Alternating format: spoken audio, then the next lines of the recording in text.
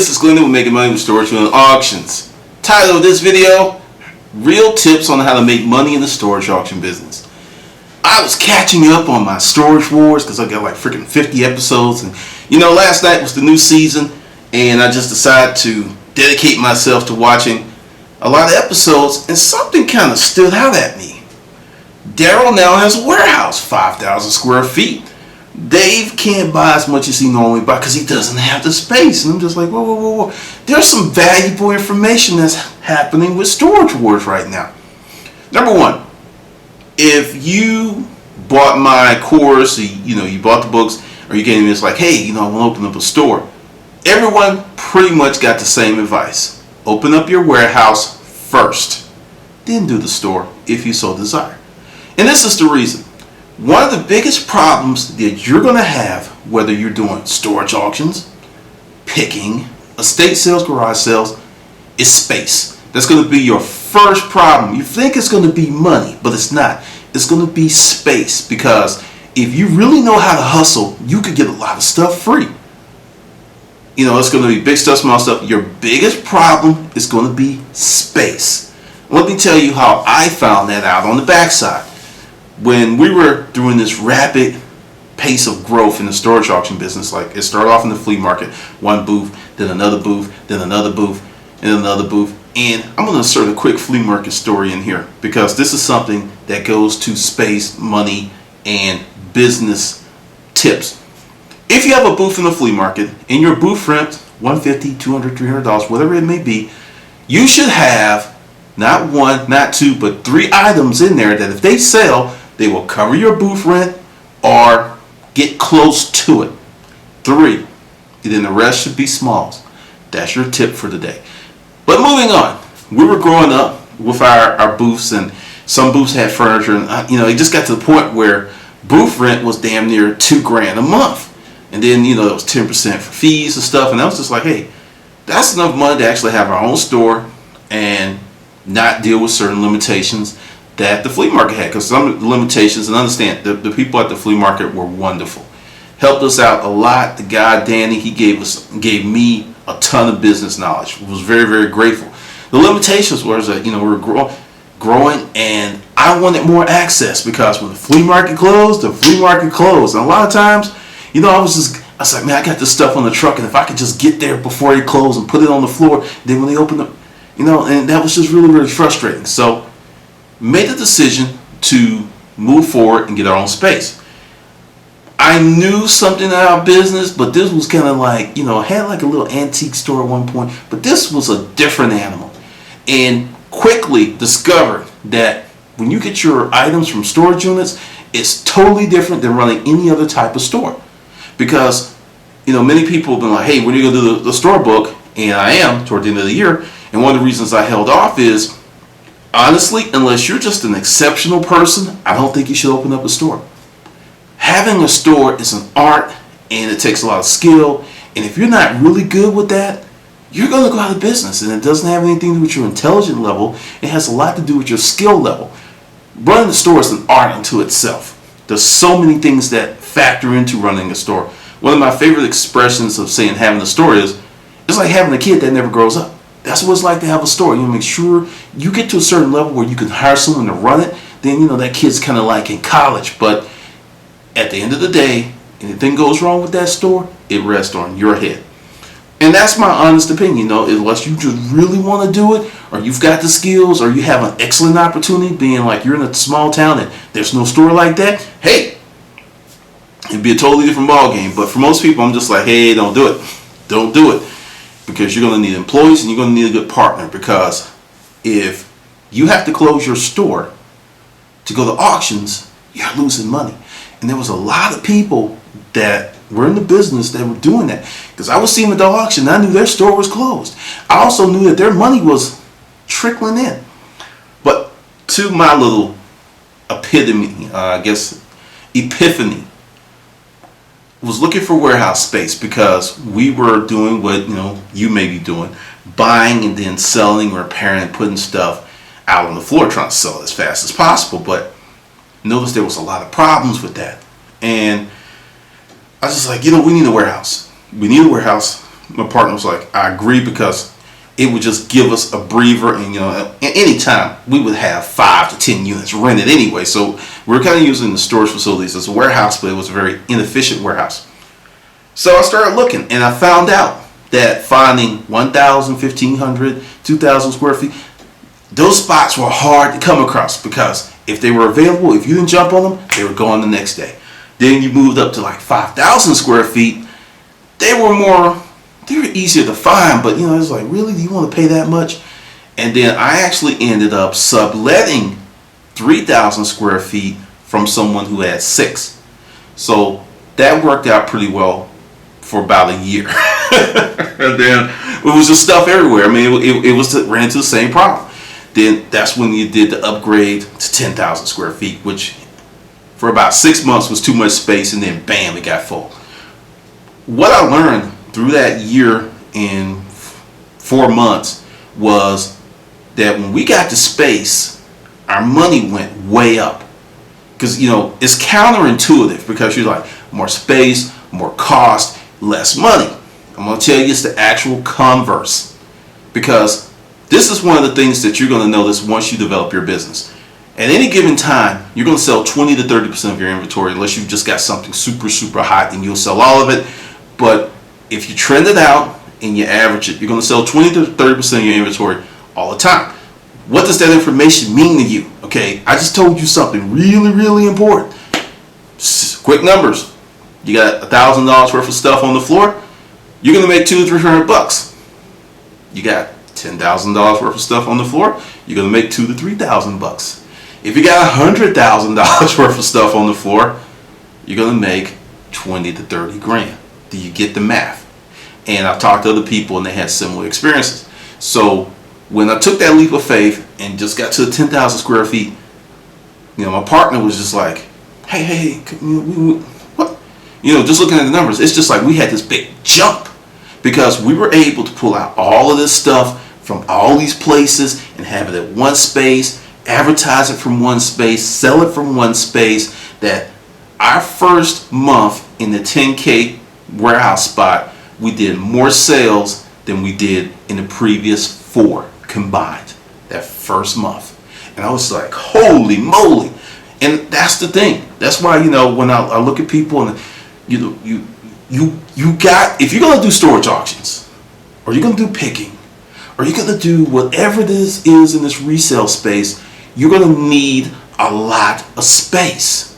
There's no way around it, because that's going to be what you're going to keep bumping up into. You can bam, your expertise level could be out the wazoo. But if you don't have enough space to take advantage of that expertise, you're just going to keep hitting this certain income ceiling. You're going to have a few, hits here and there, but consistently, it was the small and the regular and the run-of-the-mill stuff that made the most money. So it just made sense. And, really, I just kind of got thrown into it, because we had to have more space. And I took on more space than we originally needed. But that lasted just a short period of time, because also another thing I learned was that people that would come to Atlanta who had barns, these folks would buy out the ass. They had space. They didn't have that limitation problem. I remember this one guy, he was an old dude, and I think if he really knew what he told me in a 5-minute conversation, he would have never even introduced himself to me. Because he was sitting there like, yeah, I got stuff up in the barn. Yeah, I get all those leather jackets. In the summer, other people be throwing them away. I pick them up, and go put them in the hanger. I put them in my barn where it gets good and hot. All those wrinkles come out. And by the time Christmas rolls around, I got 400 or 500 leather jackets. $25, $30, $40, $100 a pop. He told that information to the wrong guy. Because what he told me was, number one, he had an inventory system. Leather jackets, he would gather them during the summer when they were dirt cheap. People would give him inventory. He had the space to take them, put them in that barn, hang them up, inventory them, and let all the wrinkles and stuff do the heat and humidity just come out those jackets. And I was just sitting there and he also said, yeah, you got to let a little air go in there, because if, it's leather and mold and stuff happens, so you want to make sure there's plenty of air circulating through there. he gave me like an awesome tip. I took that tip, and instead of having 400 jackets, we got up to like 1,000. Because, you know, people are like, oh, I got leather jackets. I don't want to hold on to them to the fall. Yeah, you can have it. Give me $5. Here's $5 up, you know? You know, so another thing right now, heaters. All the heaters that you can get right now, hold on to them. Because that first cold snap, you can get what you want. Regular retailers only carry heaters for so long. They become very hard to find after a certain period of time. They become very challenging to find because they're only going to have them for a while. Once they sell out, they're not going to order anymore because they know, guess what? It's going to get cold next year. So there's really no point in trying to kill ourselves and overstock this stuff. That's another tip. But going through that, I learned so much because it was just like, wow. And also, when you have space, your buying habits change. Believe it or not, you think you're buying because you see something good, right? No, you're not. You're buying based on, number one, what will fit in your van or your truck. That's what you're buying on. That's number one. Number two, how much room you have to store it. That's what you're buying, because in your mind, like, sometimes you will let a good unit go because you have nowhere to put that stuff. Do you listen to what are you hearing me? You will let money go because you have nowhere to put that money. I used to watch this all the time. This is why, you know, the big full units from the ruler to the tutor, I proportionally got those units for less money than people who were getting 5x5s, 5x10s, 5x15s, because 80 to 90% of the people who come to auctions can move those very easily. But when you get to the 10x20s, the 10x30s, the 10x40s, you need a crew. You need big trucks. You need a warehouse. And essentially, by volume, 90% of the people who come to auctions are knocked out of those units. You don't have someone that'll step up every now and then and they'll rent a unit, but 90% of the folks are just knocked out. Can't buy it because they don't have the infrastructure to handle that stuff. And that's why when I was watching Storage Wars and I was looking at that stuff, and I'm just like, I knew that shit like 8-9 years ago. So actually there's some reality being put on the store, because that's a good tip. Get yourself a warehouse, somewhere to store your stuff. Your buying habits will change, which your money will change, your profits will increase, because it's scary. It takes a certain level of commitment, and it will move you to the next tier quicker than just going out and buying units and learning from experience. Just gathering that space will move you to the next tier so quick, because remember when I was saying I was buying 25 to 50 units a month? I had the space. Another old guy, Dave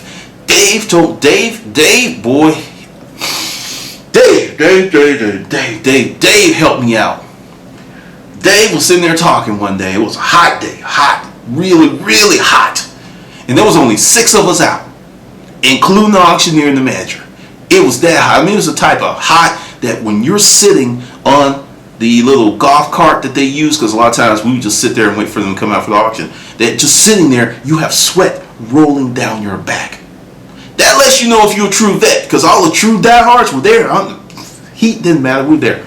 And he was just sitting there, and he's like, man, I'm not looking forward to going over to this warehouse. I got things to sort. And so what are you talking about? He had 10,000 square feet. He was paying $500 a month for it. Now the building would look like hell. One of the ceiling, I think, had a hole in it. But when Dave decided to retire, it took them 6 or 8 months to sell the stuff that was in that warehouse. That's how much stuff he had in there. So, you know, when I tell you to go to auctions and actually pay attention, because don't pay attention to the guy that comes out and like, bam, he's blowing money real quick, because he's going to disappear real quick. I've seen a lot of folks, you know, they come out, they got a wad, you know, grandma died and left them something, or they won the lottery, you know, got 10,000 real quick, and they come out and they go, because the fundamental problem of space was never solved. See, that's why I say, you know, many people come out there and they have cash. You can outsmart them and outwork them and make more money because they just have the cash. They don't have the knowledge and they don't have the space. I remember the first time I went to an auction in the 27-foot truck, because a lot of people hadn't seen it, and you know, it's just like the truck was empty. I had just taking some stuff off in the warehouse, mostly for a furniture unit, really easy. And I was like, I'm going to this auction. I didn't have time to go get my car, so I just took the truck to the auction. And I had that truck. And, people are like, oh, yeah, can I buy anything since you got that truck? I'm like, it depends on what it is. And I bought 4 rooms, ended up loading all 4 because I had the space. This is why I'm telling you that all of this stuff that you hear on these internet, I can't say that. A lot of what you hear on these internet forums and chat rooms are limited information because very few people take their storage auction resale business to that level. They'll get to the point where they're pretty good and they sell stuff on eBay and they can impart a certain level of knowledge, but until you can't have a guy who built a house tell you how to build a subdivision. You can't tell a guy who built a 30-foot. No, you can't have a guy who built a 2-story building tell you how to build a 100-story skyscraper. It's like they're both building, but there's so much more that goes into building that 100-story skyscraper. I mean, there's impact stuff. There's so much that goes up. Like when you see a building going up, that building's been on the city charter, the plans for years. They just don't like, hey, we're gonna put up no. There's so much that goes into building that, and there's a certain level of expertise that comes with that. So that guy who built the 100-story skyscraper, he can tell you a whole bunch about, from building on down. But that guy who only built, the 1-story, the 2-story, his knowledge level is going to tap out real quick because he's going to have to go find the guy who built the 100-story skyscraper to help him build that 30 or 40-foot deal because his knowledge level stops here. And that's what I see on the forums because I see stuff and I'm like, yeah, that's true. And I see stuff and I'm like, no, that's so far off base. But then I had to remember, most people who are commenting on these forums haven't bought 500 units. Because I saw one forum where they would track numbers and stuff, and I think someone had bought like 300 or 400, which is a lot of units. But when you get to 700, 800, 1,000, 1,200, 13, it's a whole nother ball game. I'm going to tell you one of the things that happened that really kind of just weirded me out. It's the speed which you can evaluate a unit. Because, you watch the shows and they're sitting there talking and all that stuff. Typically, unless I was bullshitting, it was kind of like this. Bam, hit the light, bam, bam, bam. Even though I may look at it, if the bidding allowed me more time to look, my first assessment usually is what I base my bid on. 15 seconds. I mean, it's like, you just like, bam. Because the thing is, you see patterns, you see shapes. And this is not something I can just like, teach you how to do. It's something you have to do on your own.